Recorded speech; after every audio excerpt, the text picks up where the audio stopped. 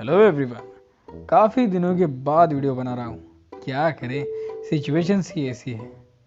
तो सभी घर पर बैठे बैठे बोर हो गए होंगे, क्योंकि बाहर तो वो कोरोना, ओमिक्रॉन और ओमाइक्रॉन जो भी है, ये कमीने बाहर घूम रहे हैं। तो यार हम तो बाहर निकल नहीं सकते। तो ये तो हो गई मजाक की बात। तो आज की वीडियो होने वाली है इटर्नल्स मूवी के ऊपर।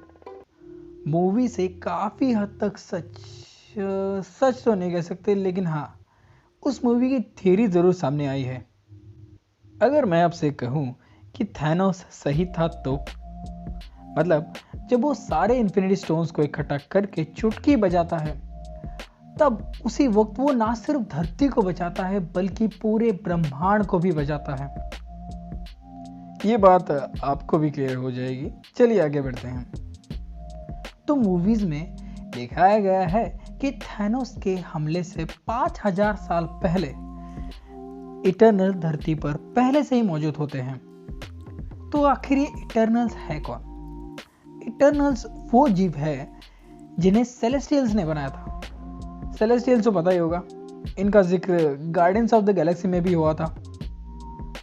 तो हजारों साल पहले सेलेस्टियल्स ने अपना बीज धरती के कोर में छोड़ा था, और इस बीज को बढ़ने के लिए पोषण चाहिए, और वो मिलता है इंसानों से।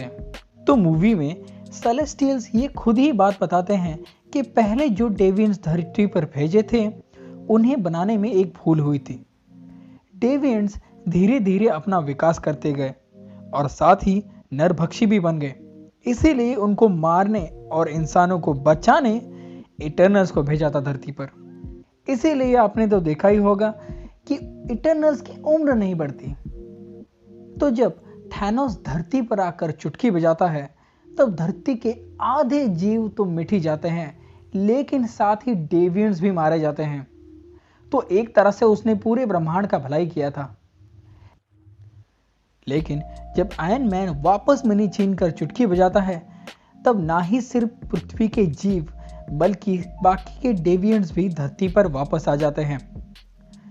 मूवी में जब आइजैक की मौत हो जाती है, तब सर्सी को लीडर बनाया जाता है, और तभी सेलेस्टियल्स उससे कहते हैं कि अब वक्त आ चुका है, एक और सेलेस्टियल का जन्म पृथ्वी से ही होगा। लेकिन इसकी वजह से पूरी धरती तबाह हो जाएगी। आखिर में इंसानों को बचाने के चक्कर में सर्सी सेलेस्टियल्स के खिलाफ जाकर उस नए सेलेस्टियल्स के निर्माण को रोक देती है। लेकिन कहानी यहाँ खत्म नहीं होती है। मार्वल्स की मूवी में सबसे ज्यादा इंपॉर्टेंट होता है क्रेडिट सीन्स। पहले वाले क्रेडिट सीन में दिखाया गया है कि इटर्नल्स अपने शिप में बैठकर सोच रहे होते हैं कि सेलेस्टियल्स को आखिर कैसे रोका जाए। तभी उनके सामने आ जाता है स्टार फॉक्स, जो कि है थैनोस का भाई। वाह, मजा आ गया। ये सीन मजेदार है, बहुत ही ज्यादा। वो उनकी मदद करने के लिए वहां पहुंच जाता है। और हाँ, मूवी में एक और क्रेडिट सीन है जिसमें प्रोफेसर डेन को तलवार मिल जाती है, जो कि एक बहुत ही धांसू सीन है। तो क्या डेन भी एक इटर्नल है, या फिर वो उनका राजा भी तो हो सकता है, या फिर एक सबसे ज्यादा पावरफुल और ताकतवर सेलेस्टियल भी तो हो सकता है, एक नया वाला, या फिर एक ताकतवान इटर्नल भी तो हो सकता है। इसके लिए तो इटर्नल्स का अगला पार्ट देखना ही पड़ेगा।